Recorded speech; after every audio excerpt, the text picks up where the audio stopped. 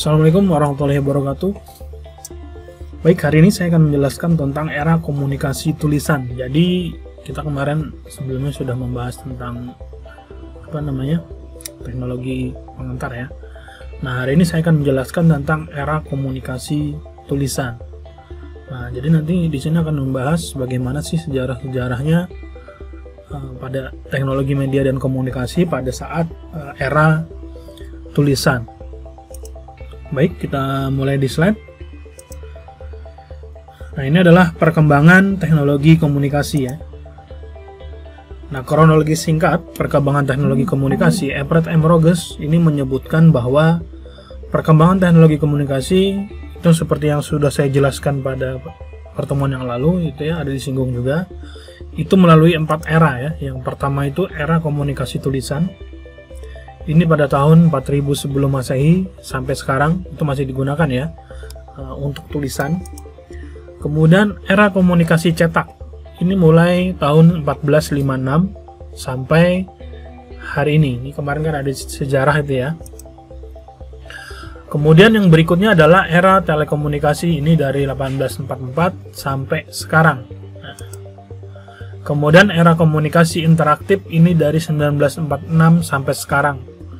Nah, semua komunikasi ini berkembang terus sesuai dengan perkembangan teknologi dan perkembangan zaman ya.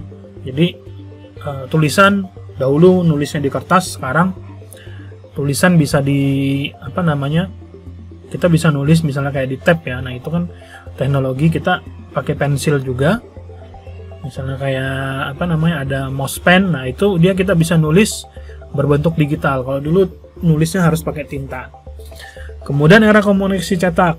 Nah, dulu orang mencetak itu bisa kalau zaman dulu itu kayak digiplak ya, dia ada mesinnya gitu. Jadi kalau kalian pernah lihat mesin, saya dulu zaman SD itu saya melihat guru saya itu kalau mereka lagi membuat soal itu ada semacam alat gitu ya, itu kayak diolesin tinta seperti itu untuk semacam, kalau kalian pernah lihat orang membuat sablon ya, sablon baju, modelnya seperti itulah. Nah, kan kayak sablon baju itu ada dua ya, ada yang cetak printer, ada yang cetak manual. Nah, ini sama nanti ya. Kemudian era komunikasi ini jarak jauh ya, jadi komunikasi dengan menggunakan medium. Nanti ada radio dan lain-lain yang kemarin sudah dibahas. Ini 1844 sampai sekarang. Nah, di sini kita masih dipakai nih. Kita contoh pakai telepon, kemudian email, kemudian apa lagi ya? Teleconference. Nah, itu adalah telekomunikasi ya. Kemudian era komunikasi interaktif ini dari 1946 hingga sekarang. Era komunikasi interaktif ini contohnya, mungkin kalau kalian pernah melihat media pembelajaran, nah itu adalah sebuah contoh dari komunikasi interaktif, di mana si penerima informasinya dia berkomunikasi dengan semacam medium atau software gitu ya. Dia bisa melakukan interaksi dengan si penerima pesan. Nah, ini adalah era komunikasi interaktif. Atau misalnya kayak sejenis teleconference itu juga era komunikasi interaktif ya. Jadi dia langsung bisa bertatapan walaupun tidak pada satu tempat. Nah, seperti itu. Nah, ini sejarah era tulisan. Jadi sistem tulisan ini dikenal dahulu mula-mula itu bergambar. Jadi kalau kita lihat mungkin kalian pernah lihat film-film dokumenter ya. Itu kayak manusia purba. Manusia purba yang di gua-gua itu kan mereka meninggalkan beberapa catatan itu berupa gambar ya. Entah dia gambar tangan, habis itu gambar misalnya mereka sedang berburu itu menggambar gambar hewannya. Nah, itu. Jadi sistem tulisan yang pertama dikenal itu adalah gambar. Ini kalau di sumber yang saya dapat itu dia merupakan sistem tulisan bangsa Sumeria. Jadi ini mungkin penelitian para arkeolog tentang tulisan hieroglif gitu ya. Ini pada tahun 3000 sebelum Masehi di Mesopotamia. Kemudian beberapa pakar menunjukkan sebuah hubungan derivasi antara sistem tulisan ini dengan tulisan Mesir kuno dan bahkan sistem tulisan di Cina. Nah, jadi kita tahu juga kalau di sejarah-sejarah itu untuk peradaban Mesir dan Cina itu sangat peradabannya tinggi. Nah, ini pakar-pakar itu, beberapa pakar menunjukkan ada hubungan derivasinya.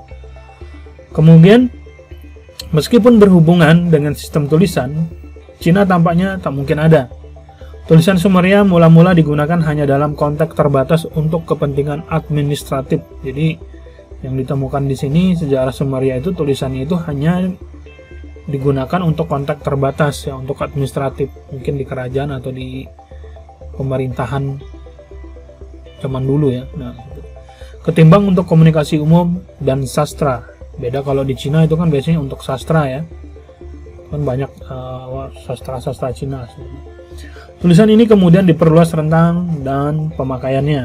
Nah, jadi sebenarnya itu hanya untuk administratif, tapi kesininya itu lebih banyak penggunaannya. Tidak hanya untuk administratif, untuk berkomunikasi secara umum dan sastra. Nah, tulisan silabik yang kemudian menjadi sumber abjad Yunani ini barangkali diciptakan dengan meniru tulisan Mesir yang secara bertahap diubah ya. Jadi di sini tulisan silabik itu adalah kalau yang saya baca dari beberapa sumber, tulisan silabik itu adalah lambang-lambang tulisan yang mewakili suku kata. Jadi bentuk lambangnya itu mewakili sebuah suku kata tertentu. Ini yang menyusunkan kata-kata lambang dalam tulisan silabik biasanya mewakili bunyi konsonan opsional dengan diikuti huruf vokal. Nah, ini contohnya beberapa yang memakai tulisan silabik itu kayak tulisan aksara Jawa ya. Itu kalau kalian pernah baca mungkin ya, itu ada hana caraka. Nah, itu kan satu huruf dia mengandung suku kata seperti itu. Sama di tulisan Jepang itu juga untuk hiragana ya. Katakana wan hiragananya itu dalam bahasa Jepang itu juga menggunakan tulisan silabik.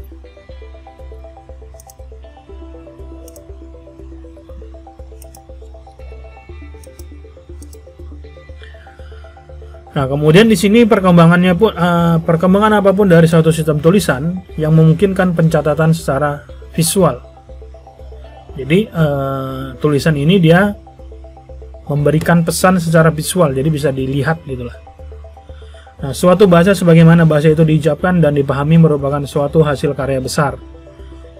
Biasanya selama beberapa generasi dalam analisis linguistik yang secara khusus diterapkan atau diarahkan pada kebutuhan praktis. Ya.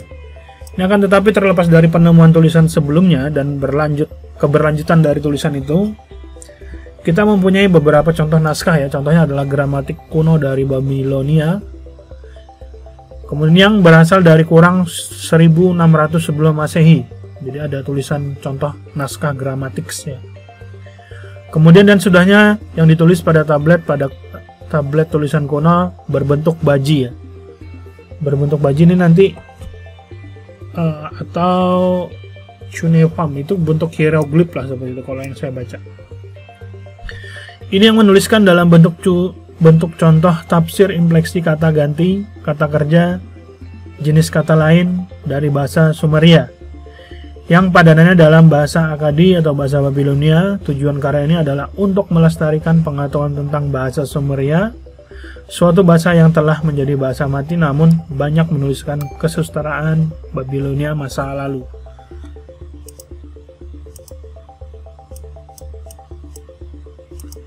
Nah, ini contoh tulisan kuno ya. Jadi kalau di tulisan Jawa itu kayak gini nih. Dia hana caraka, data sawala, maga padanya. Nah, ini tulisan silabik aja. Lagi tulisan Jepang. Ya, nanti bisa di googling ya untuk hiragana katakananya. Nah, ini adalah tulisan dari cuneiform script. Dia bentuknya hieroglif. Nah, jadi dia simbolnya itu mewakili sebuah maksud tertentu ya. Nah, ini tadi kan yang menuliskan dalam bentuk tafsir infleksi kata ganti kata kerja, dan jenis kata lainnya dalam bangsa Sumeria, dari bahasa Sumeria.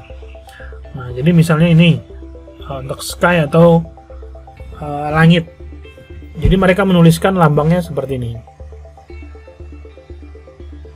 Kemudian ini perkembangan ya. Ini kesini ini semakin tua ya. Kalau ini kan 6, kalau saya baca BC ini adalah, kalau di penanggalan di Latin itu before Christ. Jadi mereka membuat BC itu sebelum apa namanya?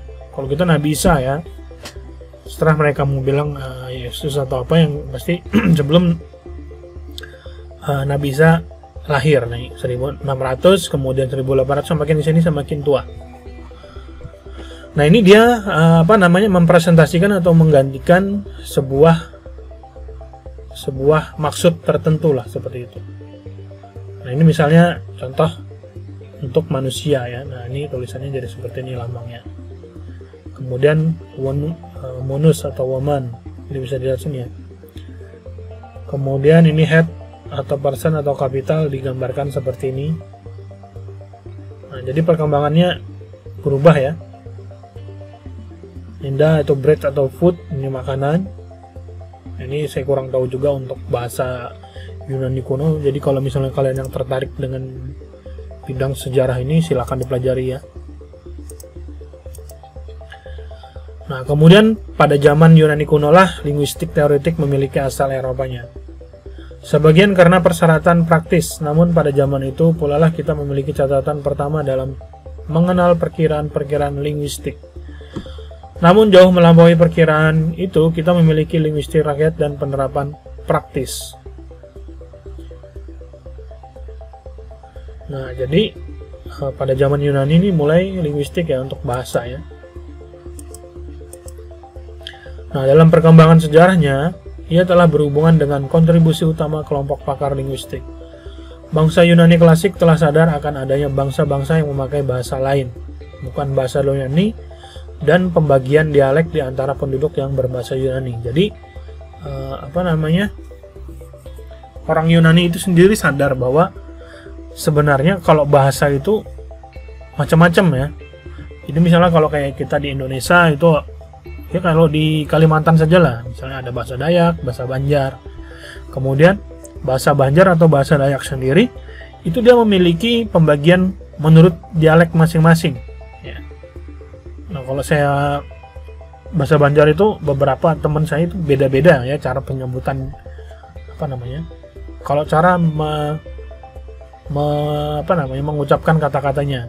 Biasanya kalau dari Banjarnya atau misalnya yang dari kayak orang Muara Teweh Bakumpai itu beda-beda ya.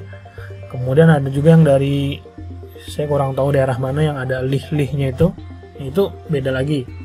Kemudian bahasa Dayak itu juga ada banyak. Nah, kemudian logatnya juga beda-beda ya. Nah, jadi kalau di Yunani dulu mereka juga paham, menyadari bahwa bangsa Yunani itu dia dibagi lagi, ada pembagian dialek di antara penduduk yang berbahasa Yunani. Kemudian Herodotus dan lain-lainnya mengutip dan membahas kata-kata asing. Plato mengakui dalam percakapan di Cratylus, ini kemungkinan bahwa sebagian dari kosakata Yunani itu berasal dari bahasa asing. Dan kita mengetahui adanya penuturan dwibahasa dan juru bahasa profesional.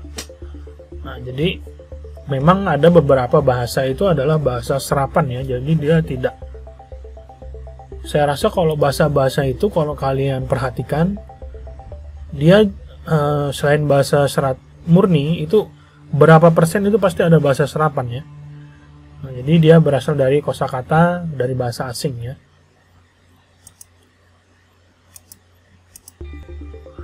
Nah, ini pada bagian awal tahun 1000 sebelum Masehi, sistem abjad untuk penulisan bahasa Yunani diupayakan sehingga berfungsi sebagai dasar dari abjad Yunani atau Attic klasik Athena. Dan dialek-dialek sastra lainnya bersama-sama dengan abjad Romawi yang berasal dari abjad Yunani versi Yunani bagian barat. Ini akan menjadi asal mula dari sistem tulisan di seluruh dunia dewasa ini. Jadi kalau yang kita kenal sekarang alfabet A, B, C sampai Z itu ya. Nah, ini dari bangsa Romawi ya. Nah, kini kita tahu bahwa tulisan dikembangkan di Yunani dalam dua periode yang terpisah. Selama milenium kedua, bangsa Mycenae ini menggunakan sistem tulisan silabik yang mencakup beberapa logogram. Lambang untuk tiap kata terpisah, itu tadi ya yang saya tampilkan tadi. Ini dikenal sebagai linear B, dan selama jangka waktu yang lama tetap tidak bisa dibaca dan tampaknya sebagian besar terbatas penggunaannya di dalam bidang administrasi dan akuntansi. Karena memang agak susah mungkin ya. Tafsiran dari tulisan ini ada penentuan yang hampir pasti dari bahasa yang telah direkam sebagai variasi permulaan bahasa Yunani. Merupakan salah satu peristiwa utama tentang pengetahuan klasik belakangan ini, dengan pengaruh yang sangat dalam terhadap pengetahuan kata tentang kebahasaan dan kesejarahan Yunani Turun. Jadi ada apa namanya? Ada pengaruh di sini terhadap pengetahuan tentang kebahasaan dan kesejahteraan pada saat Yunani kuno. Ini diteliti dari bahasa ya. Nah, namun selama zaman gelap yang mengikuti invasi bangsa Dorian, ini Dorian, coba nanti dibaca, ini Dorian tuh nama tempat ya. Ini pengetahuan tulis menulis lenyap. Nah, mungkin pada saat itu diserang oleh bangsa Dorian ya. Ini pengetahuan tentang tulis menulis lenyap. Dan abjad Yunani sebagai yang kita ketahui sekarang ini dikembangkan secara bebas dari suatu penyesuaian tulisan bangsa Phoenicia, kenal saat ini ya. Sistem Phoenicia ini sebagian besar berupa seperangkat tanda-tanda konsonan, sedangkan bunyi lokal pada umumnya diberikan oleh pembaca tulisan itu berdasarkan perasaannya tentang apa yang dia tulis. Jadi alif yang melambangkan A dalam bahasa Phoenicia menjadi huruf A atau alfa ya. Jadi dia mengembangkan alfabet itu berdasarkan perasaan tentang apa yang ditulis. A alfa ya. Ini yang melambangkan fonem vokal alfa kalau di Yunani. Peristiwa sejarah yang sangat berat ini dicatat secara mistik. Cadmus dikatakan telah memperkenalkan tulisan dari luar Yunani. Suatu pengakuan bahwa asal mula abjad Yunani secara historis adalah dari luar Yunani. Nah, jadi dari sini terjadi penemuan lagi lah seperti itu oleh Cadmus. Dia itu memperkenalkan bahwa tulisan itu sebenarnya dari luar Yunani secara historis ya. Nah, ini perkembangan dan keunikan tulisan adalah bentuk pertama dari pengetahuan tentang linguistik di Yunani, dibuktikan oleh sejarah kata gramatik ya, yang tadi ya, sampai dengan termasuk zaman Plato dan Aristoteles. Kata itu hanya berarti seseorang yang memahami pemakaian huruf, gramata, dan dapat membaca dan menulis, dan teknik gramatikal adalah keterampilan membaca dan menulis.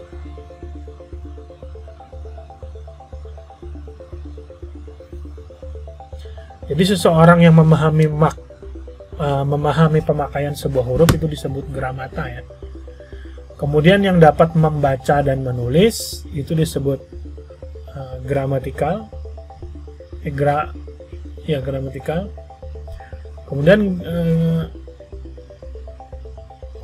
gramata itu dapat membaca dan menulis. Kemudian kalau gramatikos ini, kata itu hanya berarti seseorang yang memahami pemakaian huruf. Dia cuma paham pakai huruf, tapi dia bisa juga nggak bisa nulis atau nggak bisa baca. Karena di sini nanti dibagi lagi nih gramata. Istilah gramatikal pada umumnya berarti tidak lebih daripada pemahaman huruf dan banyak dari apa yang dianggap orang sekarang ini sebagai pengkajian ilmu linguistik zaman dahulu yang bisa digolongkan di bawah judul filosofia ya. Ini Aristoteles pada tahun 384 sampai 300 kebalik ini ya, 322 ya, seharusnya sampai 84. Ini mengenal karya-karya Plato dan menggunakan karya tersebut sebagai dasar bagi pengembangan pemikirannya sendiri.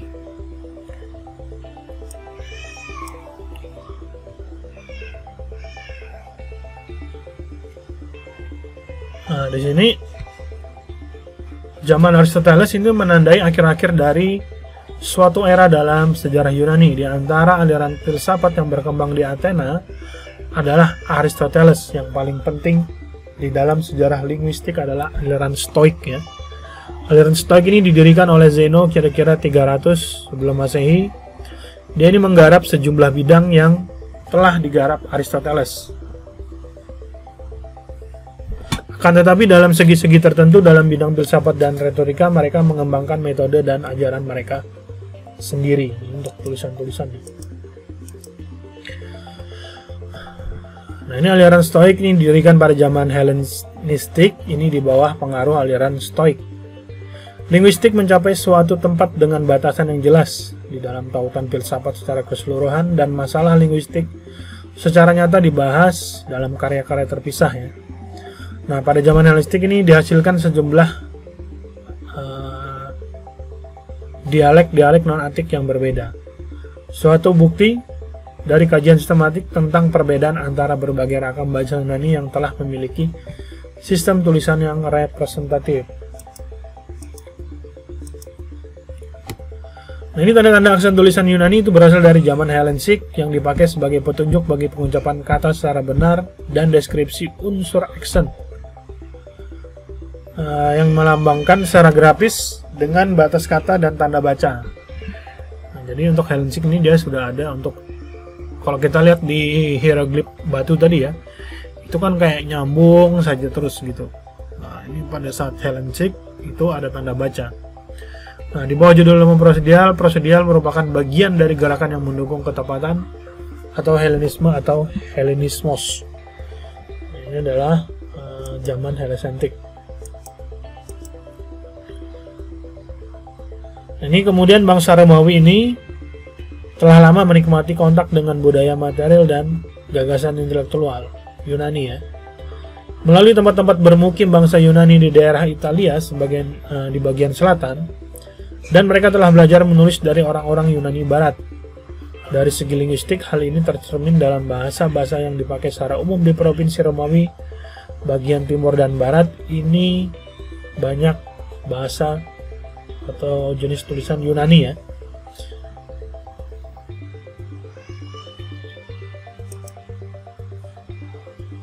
Bahasa Latin ini menjadi bahasa pemerintahan, perdagangan, hukum, pendidikan, dan kemajuan sosial. Namun di wilayah timur yang sebagian besar telah berada di bawah pemerintahan Yunani sejak zaman Helenistik, bangsa Yunani mempertahankan posisi yang telah dicapainya.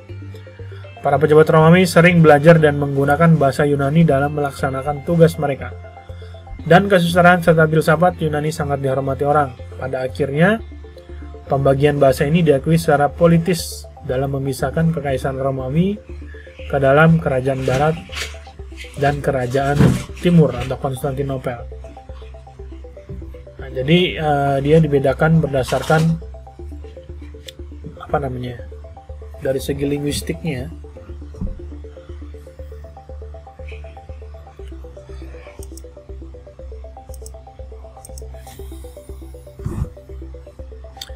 Nah, di sini terlihat besar ya prestis dari tulisan Yunani itu sendiri.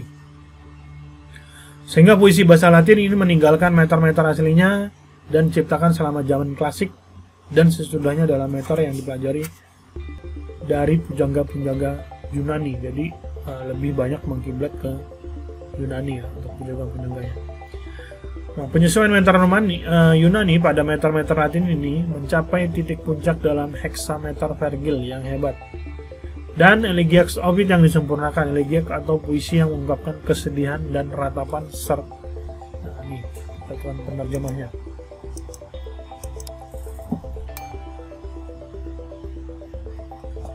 Nah, ini sejarahnya bisa dilihat pemikir-pemikir Yunani dan cendekiawan Yunani itu umumnya memasuki dunia Romawi pada jumlah yang semakin besar pada zaman Faro, ini pada 116 sampai 27 sebelum Masehi.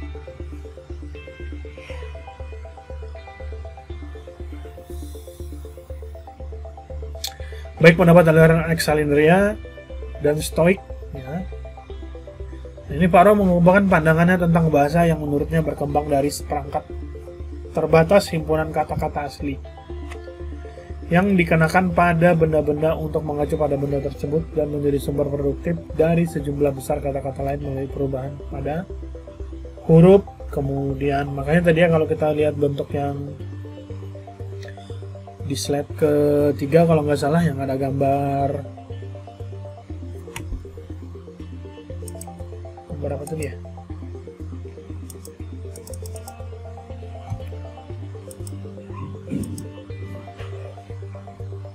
tulisan kuno. Ini tadi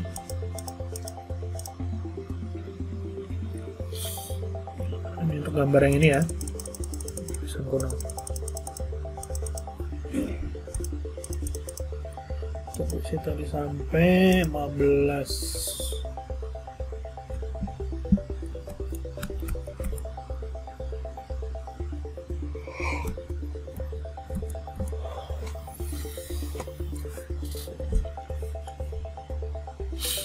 Nah, ini jadi digunakan di bahasa pemerintahan, perdagangan, hukum, pendidikan, kemajuan. Namun di zaman wilayah timur yang sebagian besar telah berada di bawah pemerintahan Yunani ini, jadi mereka nggak belajar ya. Ini tadi sudah.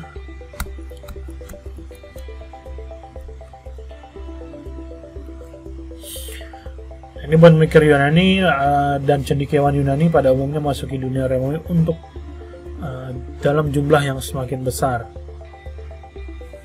Nah, baik pendapatan Alexandria yang stoik, Faro mengemukakan pandangannya tentang bahasa yang menurutnya berkembang dari seperangkat terbatas himpunan kata-kata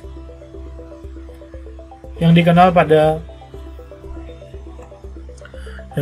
benda-benda untuk mengacu pada benda tersebut dan menjadi sumber yang produktif dari jumlah besar kata. Itu kayak di gambar hieroglif tadi ya. Perubahan huruf ini terjadi dalam masa bertahun-tahun dan bentuk yang lebih dahulu. Seperti dulu untuk belum yang klasik yang berubah seperti makna hostis yang dulunya berarti orang asing, namun pada zaman Faro dan di dalam bahasa Latin klasik kemudian yang lebih mutakhir. Nah, jadi ada perkembangan bahasa di sini ya. Nah, itu sejarah-sejarah yang bisa saya sampaikan pada zaman atau pada era tulisan.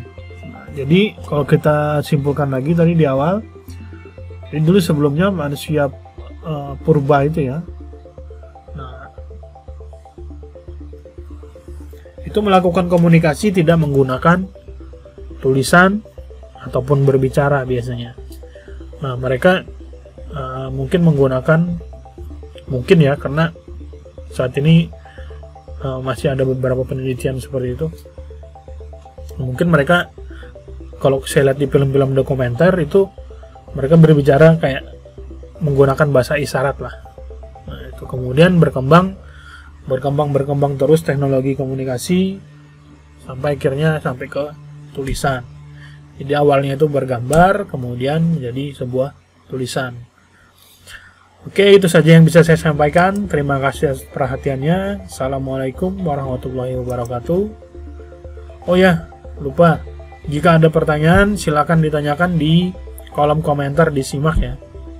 Atau bisa bertanya di kolom komentar di YouTube juga boleh. Oke, itu saja yang bisa saya sampaikan. Terima kasih atas perhatiannya. Assalamualaikum warahmatullahi wabarakatuh dan selamat beraktivitas kembali. Dan semoga semuanya selalu sehat walafiat. Amin ya robbal alamin. Alhamdulillahirabbil alamin.